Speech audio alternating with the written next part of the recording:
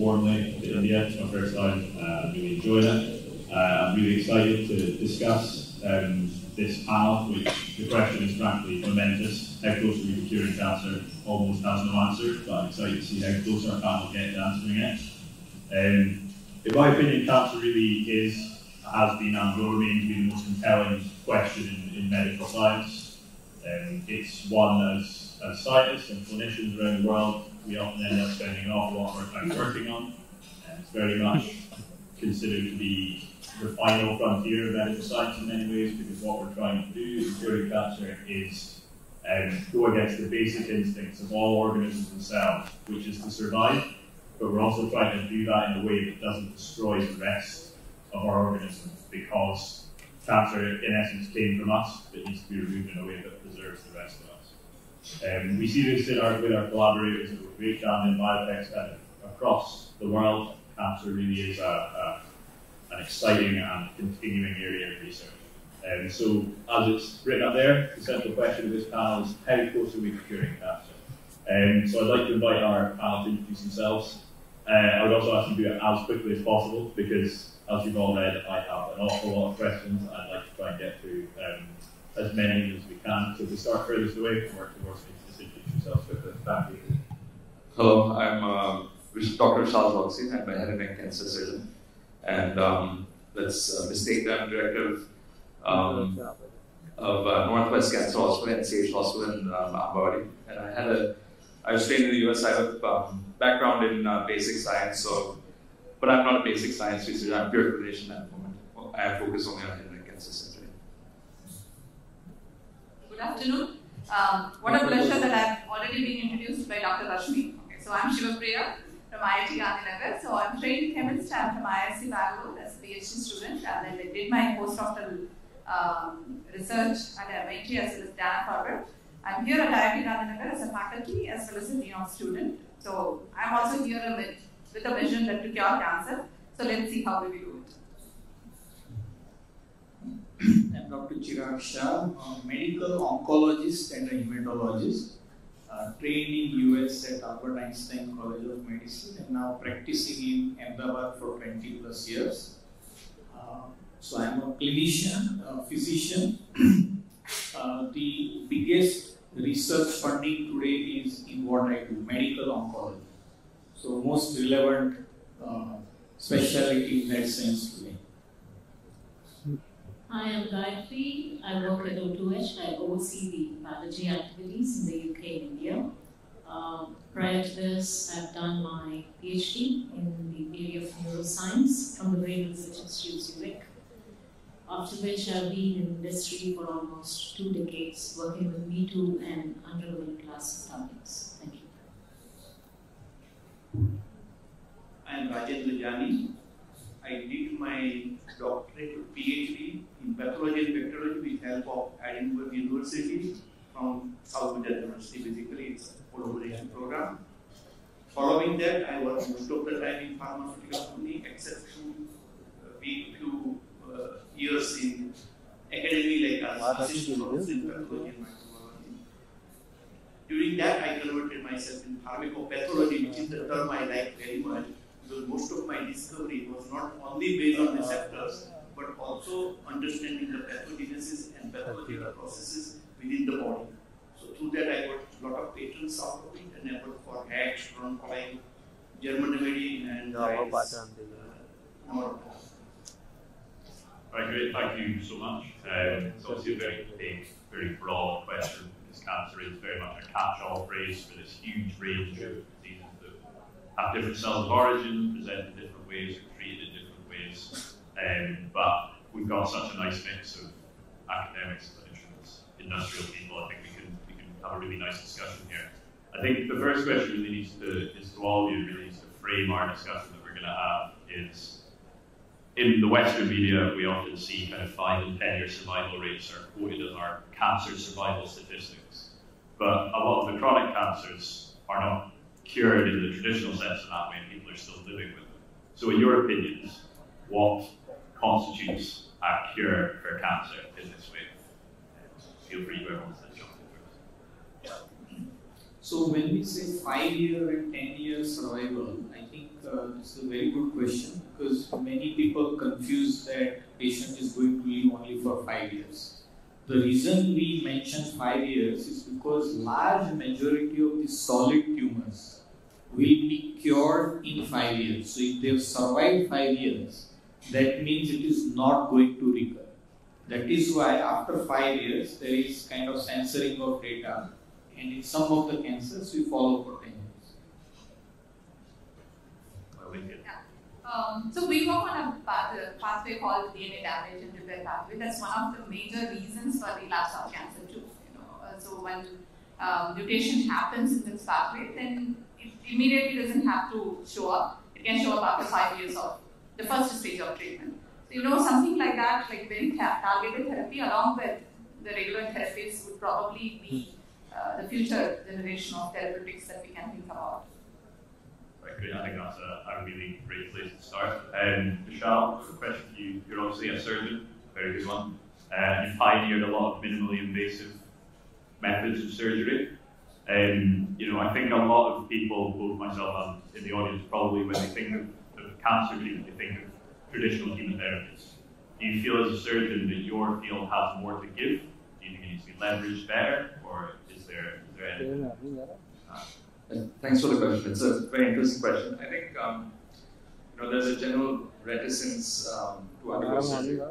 If something can be cured by medical therapy, then that would be the first choice. But unfortunately, there are still cancers today that where surgical cure is the best option, and then chemotherapy and radiation. I mean, it's all a collaborative effort. It's hardly ever a single way, at least in head and neck cancers, which I deal with.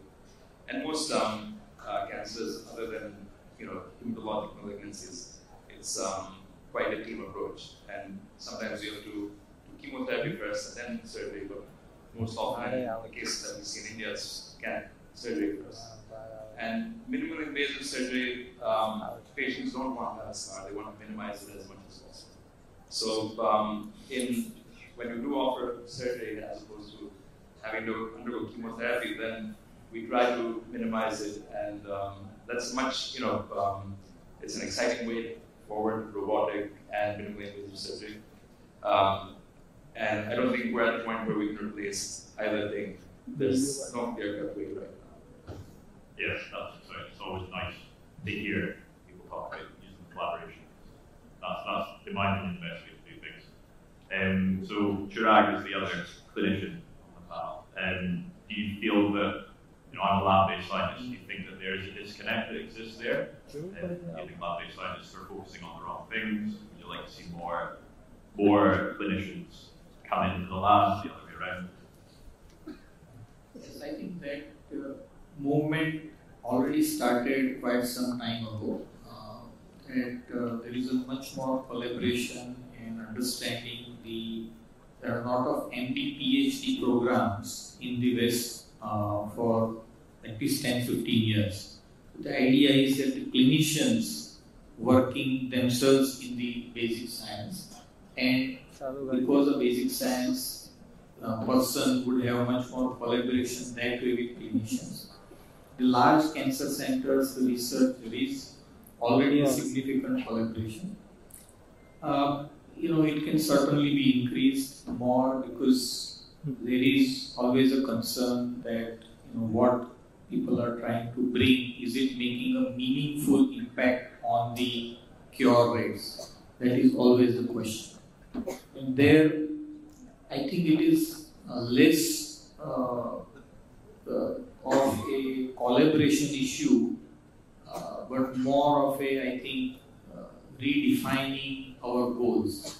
What has happened over the years is that from the overall survival, we went down to PFS, disease-free survival, and just various other shorter parameters. So that is where there is a lot of discussion to bring kind of common sense back into oncology. So there is in fact a movement, common sense oncology now. A group of people across the world now, they did their first conference recently. From all over the world, they are coming together to bring this back for everybody, not just for the scientists, but for even clinicians to get the goal back that curing cancer, making people live longer, much more, is the real goal, and not just surrogate markers that we have started approving drugs based on. Vishal.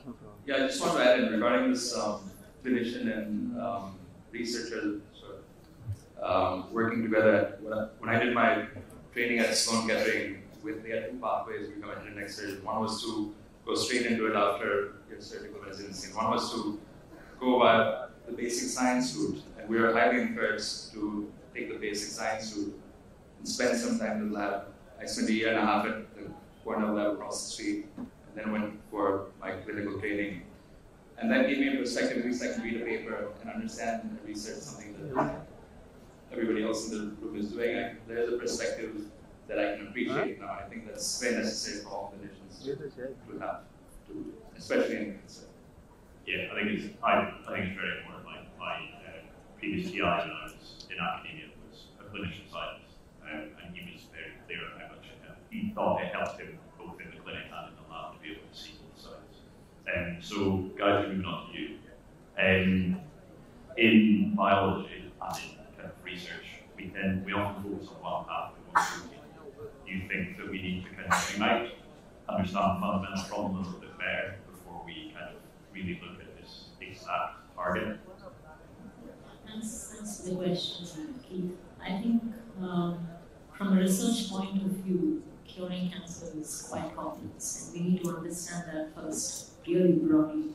So first thing is we need to define the disease taxonomy based on the molecular characteristics of the disease and integrate that with clinical features. That's the first one. Second is identify biomarkers and characterize them robustly in a clinical setting so that you can bring in personalized medicine. The third is there is no just one type of cancer, there are multiple types of cancer. So you really need a repertoire of drugs so that you perfectly match the drug with the cancer type. So beyond personalized medicine, what comes is intervening early. So even if there has been a lot of development with next generation sequencing, and we have cancer genome data, thousands of cancer genome data. So this has been effectively stored, analyzed, but they have not been contextualized.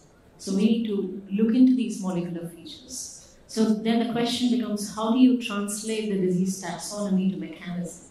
Correct. So we all understand that cancer is a multigenic disorder, so multiple mutations, and the cancer-causing genes are actually rare. So how do you distinguish these cancer-causing genes from the background? And even if you say these belong to a cluster of mutations, they don't just belong to a single pathway or a single functional network. They represent multiple functional networks, so treatment becomes very complex. And then comes molecular mechanisms. So in diseases, you see that the biological network is very complex, and there are multiple protein-protein interactions and macromolecular interactions. So you need very specific tools to parse these networks so that you understand what mechanisms are actually redundant and what are non-redundant. And only then you can bring in treatment. So given all these complexities and the funding related issues, so where you say there's about 1 billion, to make it to the market, in 10 years to make it to the market, status quo is definitely not the option. So kind of widening that out to the wider panel, guys, just touched on, right now, at this point in history, we know more about cancer than ever before. We understand more about the genetics, about the molecular mechanisms, and we can do that on a patient-by-patient basis. Do you think that we are, or how close do you think we are to kind of an age of individualized medicines, where we can, sample a patient's cancer and within, a short time frame, 2 days, a week, we can find the exact right treatment? Do you think that's something that is achievable in the next 5 years, 10 years, or is it something that we're still going to have to find these disconnects and fill them in?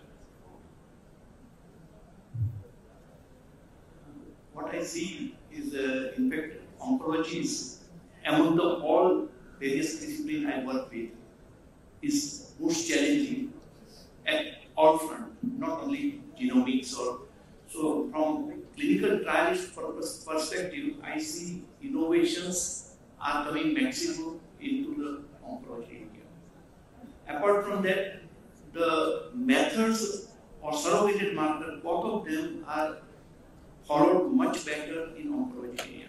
Liquid biopsy is one of the area which is still a little bit neglected, but is an area which is to be concentrated. But when we come to the protocol, the basic protocol now is moving out and is coming as a master protocol, enrichment trials, adaptive trials, and various variations of it. So that is to adapt to personalized medicine.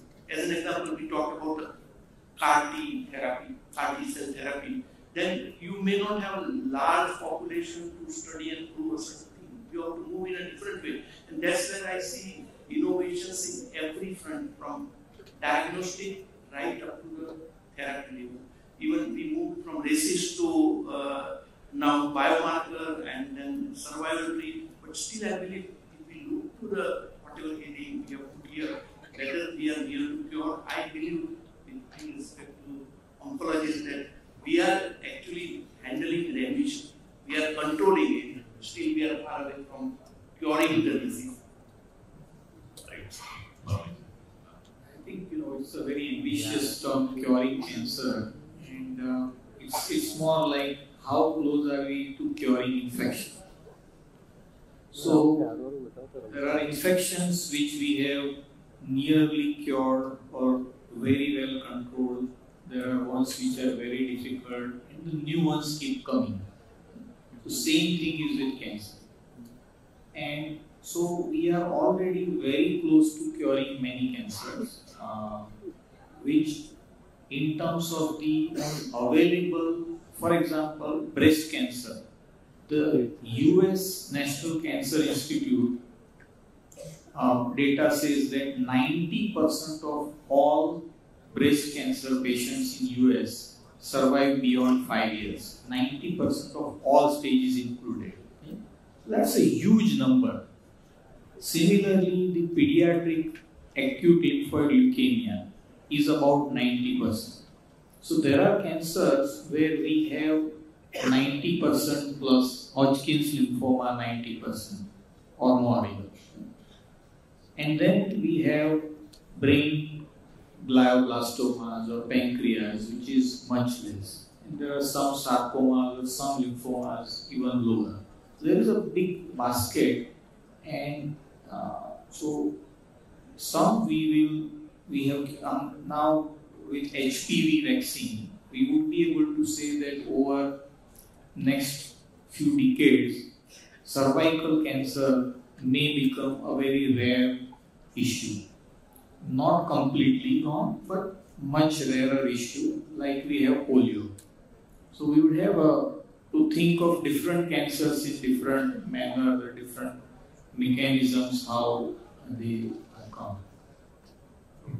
Yeah, so I think when we are talking about cure, we should also not be very afraid of failures. Okay? So when imatinib came, specifically developed for BCR, and we all know that it's going to be resistant soon, right? But we literally have the second and third generation of molecules which are lined up. So that way we are tackling. Okay, so the survival rate is increasing.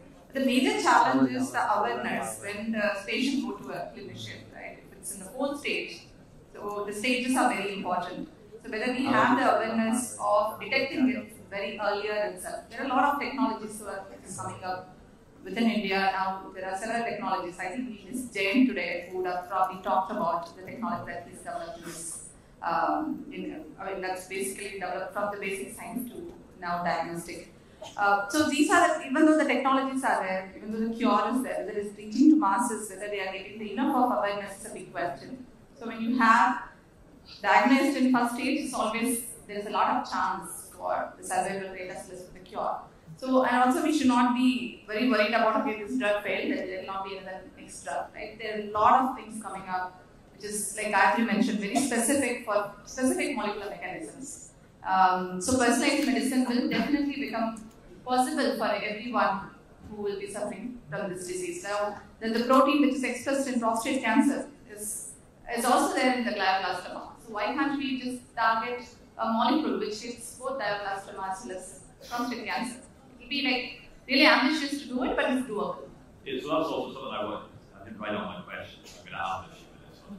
But Rajendra, having read your profile, you've done quite a lot of drug repurposing. Obviously, Sivapriya just touched on it there. Do you think that's something that we need to be much more aware of?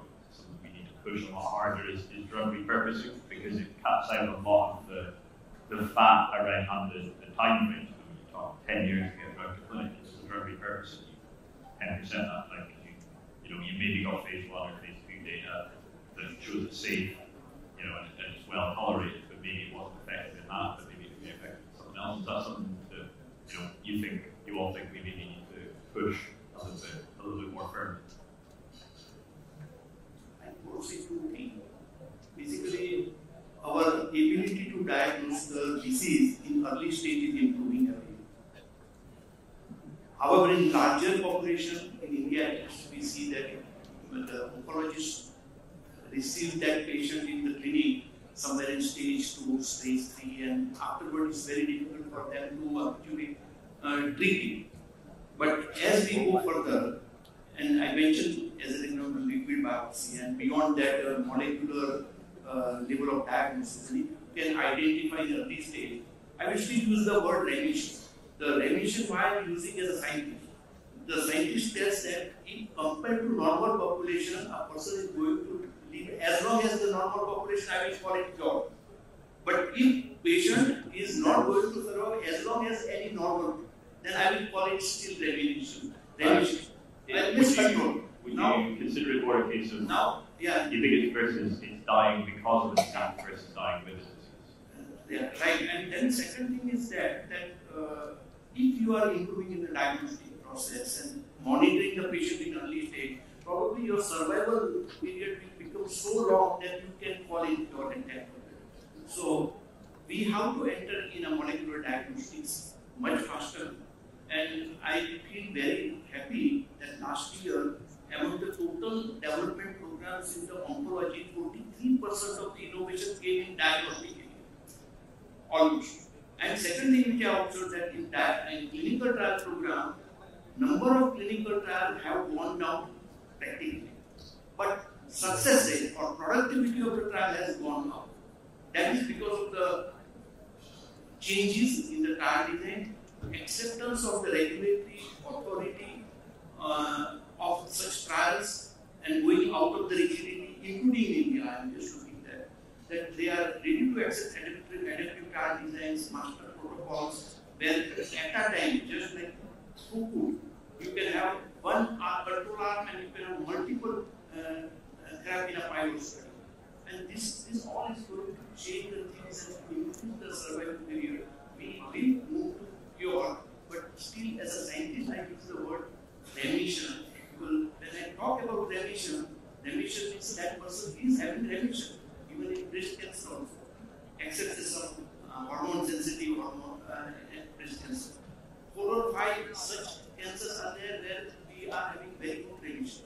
But at the end of the day, we have to reach to the stage where they survive as long as equal number of the population, or we call it statistically comparable population in terms of living the life, in terms of life expectancy.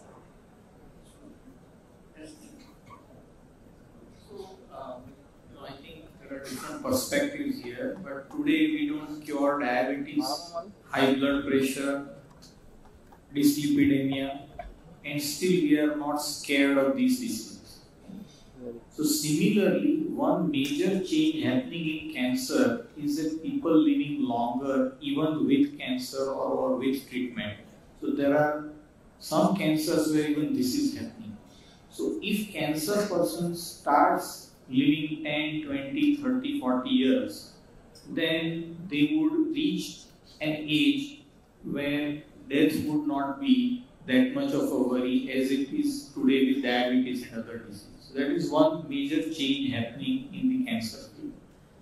Other very important, of course, points are early diagnosis where MCD, multi-cancer detection tests, are coming in a big way. Some are already available in the West. They are still not very refined, hence they are not part of the guidelines. But these are blood tests which will detect 10, 15 cancers from just a blood test, rather than going through a screening test for everyone, like no separate mammogram, no separate PSA, CT scan, PET smear, one blood test detecting multiple cancers. So as it gets more refined, then early cancer diagnosis would be very, very, achievable thing. And with the current technology that we have for majority cancers, stage 1 cure rates are already 90% plus. So just these MCDs, multi-cancer detection, will make it so much easier, because then without the next phase of innovation, we would still have very high cure rates. And it would be more accessible because people don't like to go for colonoscopies and scans and other things. But for a blood test, the acceptance is much better. Yeah, I agree with the panel completely. Intervene early.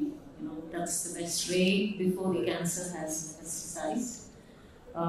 And the other one is to find selective ways of intervening. So, like you mentioned, the PAP scans, HPV vaccinations, these are fantastic examples. And one needs to tailor-make diagnosis as well as treatment therapies based on the nature of cancer. So, for example, if you look at pancreatic cancers, so there you would have, there are many types of pancreatic cancers, and there are genetic screens one can go into, where you look at mutations in, say, the breast cancer genes, BRCA1 or BRCA2, or look at KRAS mutations, very commonly known, G12C or G12D.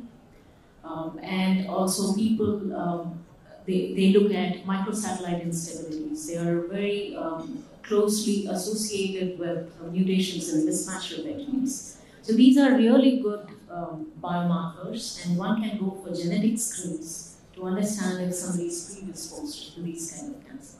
And the other one is intervening, treatments that are very specific to cancer cells, but we can get the technology part later.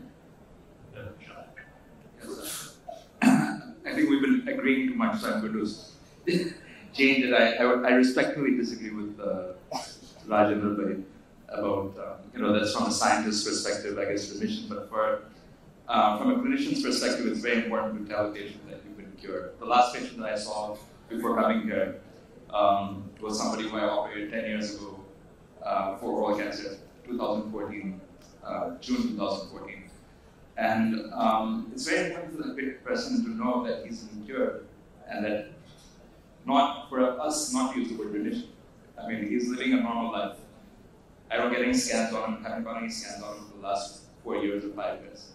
And he is, I can't say 100%, but in all probability he will have another ailment that will, take his life at some point in time.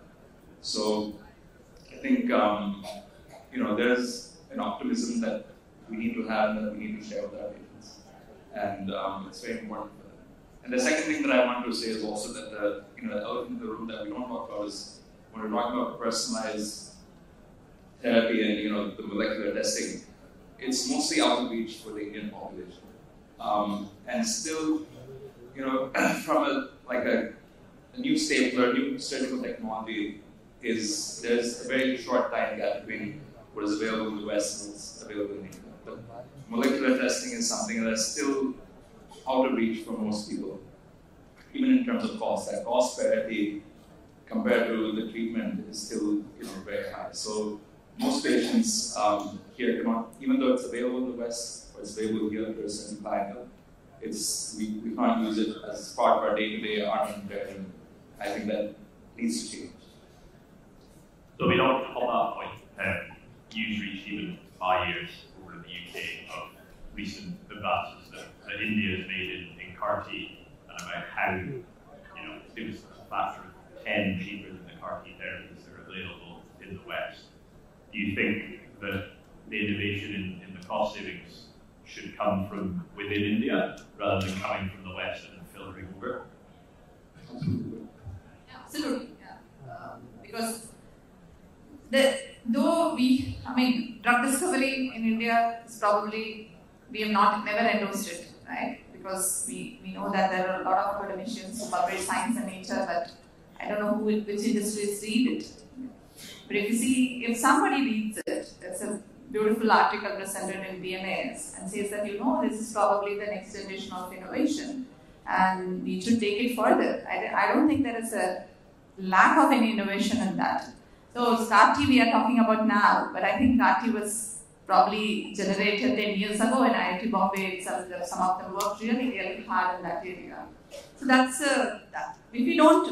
so recently, like February 4th was World Cancer Day when we had a awareness program at IIT Gandhinagar.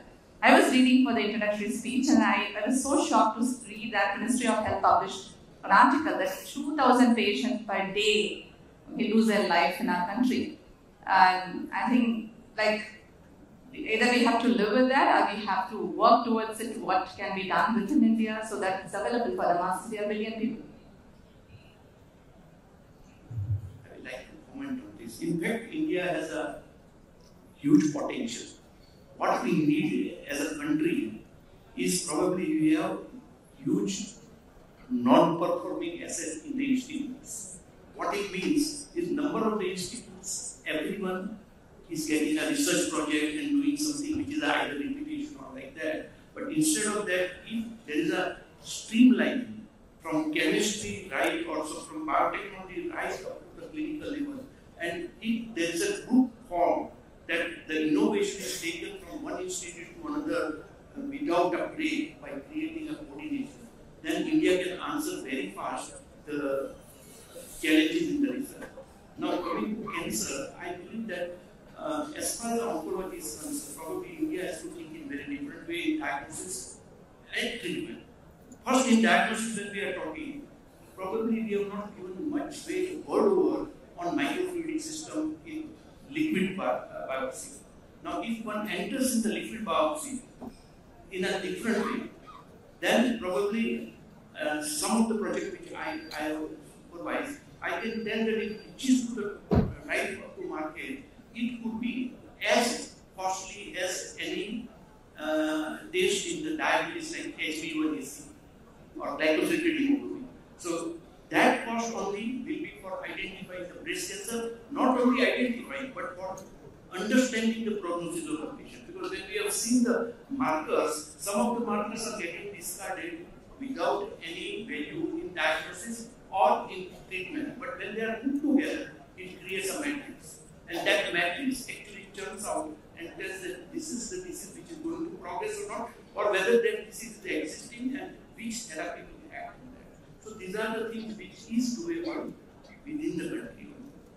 And it can answer and it can lead the world, not only India. And Keith made a very important point about repurposing the drugs, and that is something we need to also focus on to cure more cancers, because we have, for example, the drug imatinib, which works in chronic myeloid leukemia, a blood cancer, also works in one type of stomach cancer, GIST. Okay. So it doesn't have to be limited to that, and it is hard to develop so many drugs. So that is where the repurposing is coming, and this genome profiling that we have started doing more and more patients is telling us that what mutation we have in blood cancer, the same mutation may be there in lung cancer, for example. And so that drug can be used from one cancer to the other. So that is one personalizing therapy. The master trials that Dr. Jani spoke about are now becoming more and more common. And that is going to be a very important way we innovate, because we have to now remember that large trials will slowly fade out. the typical large trial that we are used to will no longer be there in practically any field. Because we have to understand, we have started personalizing, we have started learning that every lung cancer is not same. So that means within lung cancer you have like 30 subtypes. So that means 30 different trials and 30 different medicines. So we would have these small trials, and that is where the analysis, the artificial intelligence, the ability to compute would become very useful. And I think AI is where India can lead in a big way or contribute in a big way into faster clinical trials, faster first drug research and then the clinical trials. The whole idea of doing these very long trials, 5 years to get all the results, is going to fade out, thankfully. I'd love to take some questions from the audience now, if that's all right, before we run out of time. If anyone has any. Go with the boss first. Close enough.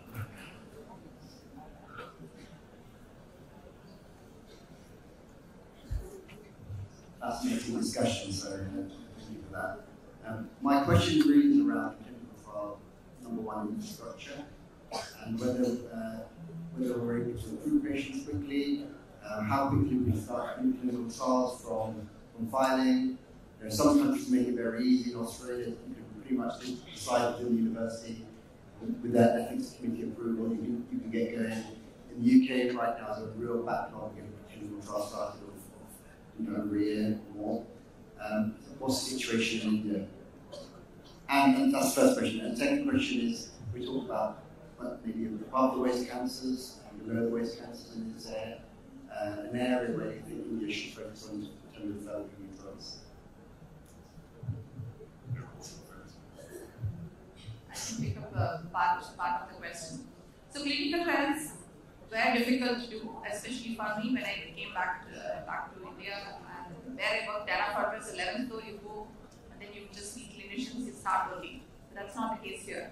But now we have got a lot of CROs, okay, so like institutes like us, IITs, we also don't mind if we see a potency in some project, and then we want to go to a CRO and then run a clinical trial. I think that's not that difficult nowadays. Again, it's a funding crunch, but if it's possible, I mean, within India it's possible. But most of my projects have been working with the Louisiana State Cancer Hospital or Dana-Farber. That has been much more easier because I've trained there and I know people. So it's also very, very important for such kind of research that everybody has to come together. If I think that I have to do chemistry, I have to do biology, I have to do clinical trials, everything by myself, that's no one human show anymore. So everybody coming together is a big key here. Yeah. In fact, I have done first in which we call it phase 1 in India, more than 50 years I put in. So looking to my experience in all the area, including oncology, and the time taken for regulatory is getting reduced every day and is actually improving. Second thing what I have seen is there is a flexibility coming within the system, so they are ready to listen about adaptive trial or master protocols in a different way.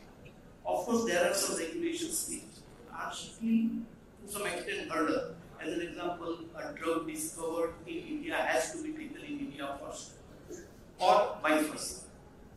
There is a problem there.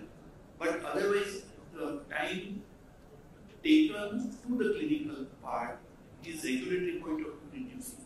At the same time, I have seen we are getting larger number of the investigators in India who are well trained in good clinical practice and understanding practically what is documentation. Because in GCP, when we talk about what is done has to be documented. What is not documented is not done, which was not usually practiced in the country.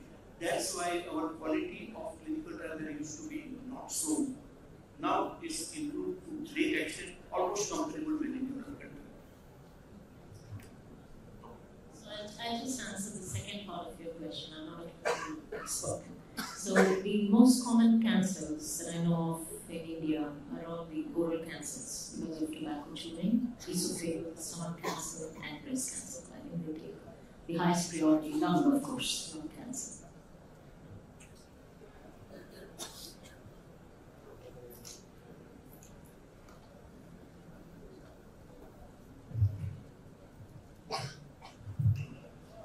By and large, when diagnosis for cancer is done, it's usually through the pathological fields, it's biopsy or PSA or whatever.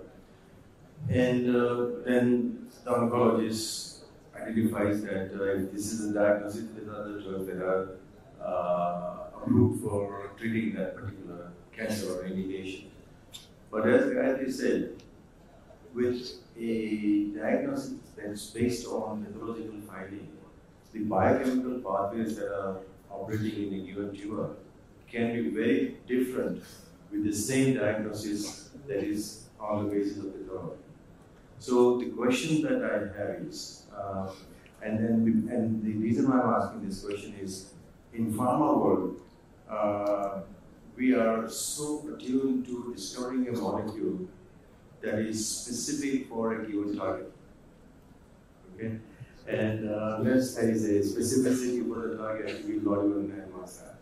And one of the reasons why a drug like Luvin became very successful is it's one of the dirtiest kinase inhibitors. Okay? So the question is, when you are talking about cure and India's ability to make a leapfrog progress, and I completely hear Dr. Choksi's comment about the affordability of the test. So the question is there any role for genomics where you can identify what is happening from a biochemical point of view, what is happening in tumor, and then cater the therapy based on what is actually happening in the tumor, and not only give one drug, but all the other pathways that are happening, you take care of that as well. Maybe at lunchtime I'll be happy to talk to you about my personal experience about triple combination for glioblastoma. But I would like to hear where do you see things happening globally in terms of application of genomics for cancer therapy, and particularly in India, what can be done to make that leapfrog progress? I mean, no one's here to hear my opinion, but I'm going to give it on this point. So personally, I think this is where one of the big disconnects exists in individualized cancer medicine. Focus so much on genomics and, to a certain extent, on RNA. They're non-functional molecules. The functional unit of the cell is a protein. So I think as developments continue to occur in proteomics, that I feel is where we need to head with individualized cancer medicine to really find out what's going on within a cell. It's all very well good having a gene mutated, but if the protein doesn't exist in the cell, it's a non-issue. So you're treating the wrong thing. Whereas you can get at a protein level, you're going to find out an awful lot more. And kind of single-cell proteomics, obviously cancer is a heterogeneous disease, but single-cell proteomics is on the way to coming. And I think that is something that the first country, the first institute, the first clinic that really starts to leverage that will have a huge jump in this individualized medicine over every other one. But this has a lot more experience than these, probably have better opinions. I would love to listen to a US-based startup. Let's talk about that.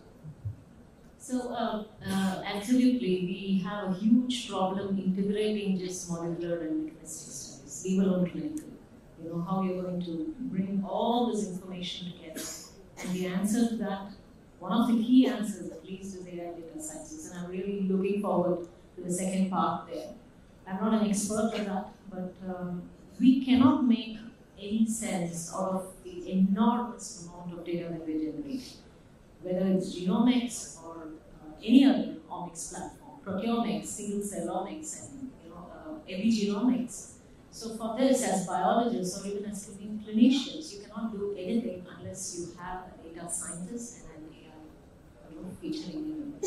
And only then you can contextualize all this information, even if it is for drug recalls. So firstly, like Rashmi said, you're, at least as a researcher, you need to see that whatever drugs you're developing are really selected. And you need to have a huge repertoire so that your treatment is specific, leave alone the under-the-middle class. It has a lot of complexities, structural complexities. Many of them are not developable, and of course there are developments happening on the molecular glues and targeted protein degradation. But AI, so you have CRISPR-Cas9 whole genome knockout, you have all the cancer genome being sequenced, then you have the omics data, like Keith said, they're very heterogeneous, right? It's not really tailor-made for personalized medicine because they're all heterogeneous data sets. And now we need to have defined ways of feeding in these data, right? So you need to be unbiased in terms of feeding in all this data, and you need to have a very clean question. What is it you want to ask? You don't want to feed in every kind of data, then AI starts hallucinating. It's a very interesting word that I came across, AI hallucination. So it gives you a perfect answer, which looks perfect, but you have no means of understanding how logically it has concluded with this answer. That's a perfect answer, and you just do not know what to do with it. You have to just move forward. So it's very, very essential to provide unbiased data set, and your questions have to be very clean so that the outcome is also clean. And of course, you are the second half of the talk. I think you will be more focusing on neural networks and how this can help in terms of cancer cure. Dylan, very quickly. Very quick, we talk about genetics. Genetics, personalized medicines. So we've got 3 clinicians over here, so that's why we've got a very young audience here. So how does genetics influence the development of cancer? We're talking of curing cancer, but then what steps can young individuals take if we have family members who are diagnosed with cancer? How do we manage and mitigate the risk of cancer which runs in families? It's a very big question, but since we were talking about innovation, I have avoided talking about access issues and the prevention issues because these two are by themselves big topics. But nothing is useful if we don't talk about prevention. And the genetics that we have been talking about, as Keith very rightly said, depends on which genes are expressed and which are not expressed.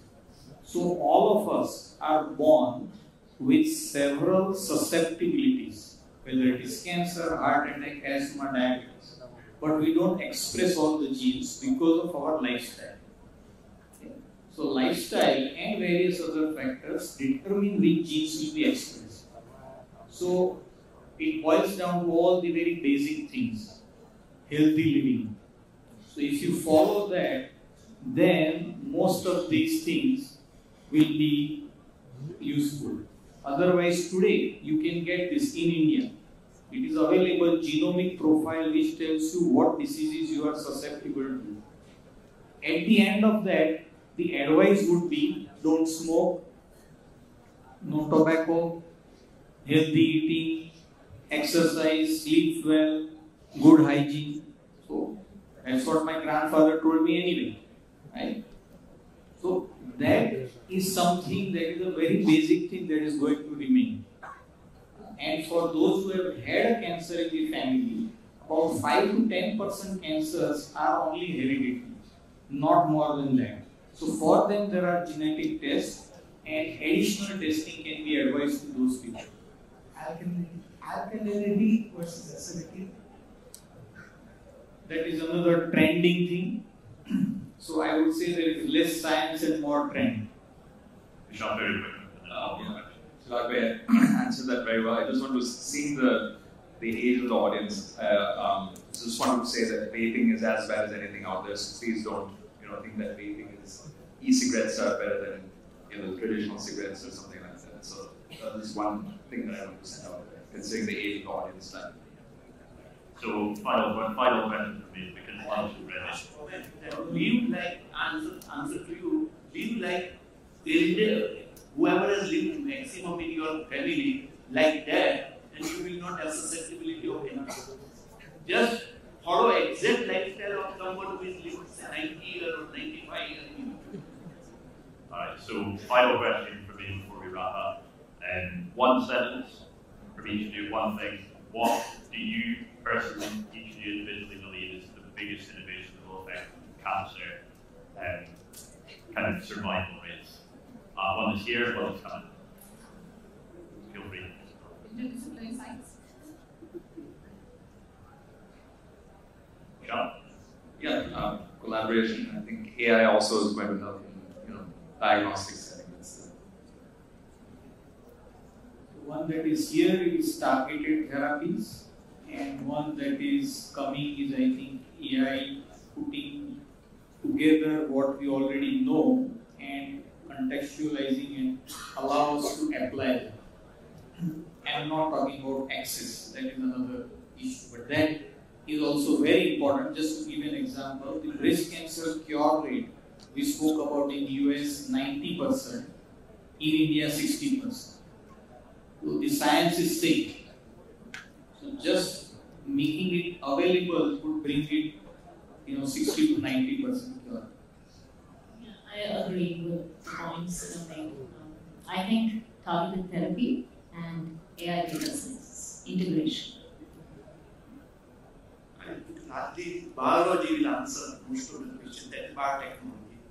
And so, whether we call it biological products rather than new chemical entity, I will just go more on monoclonal antibodies and innovation related with it, where AI is used extensively. Many places we have seen as a scientist that some certain receptors, certain proteins are neglected, but when we are putting together by AI, we found that they have differences. Right, so if you'd like to join me in thanking our panel, I really like that.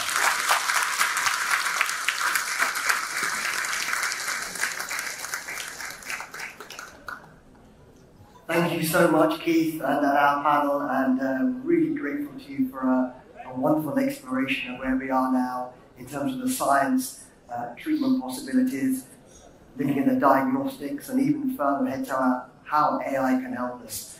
And the one thing I took on board from all of that is listen to your grandmother and your grandfather, old-fashioned Indian wisdom, not to be ignored and neglected. And I certainly follow the example of my Babu Mama, who's here, in terms of a role model of how to live a long and healthy life. We've got lunch now, so please come back here for 2 o'clock and enjoy your lunch, and we'll see you soon. Thank you very much. We'll be back with Sunil and a wonderful discussion with a local Ironman to Ironman. 2 o'clock.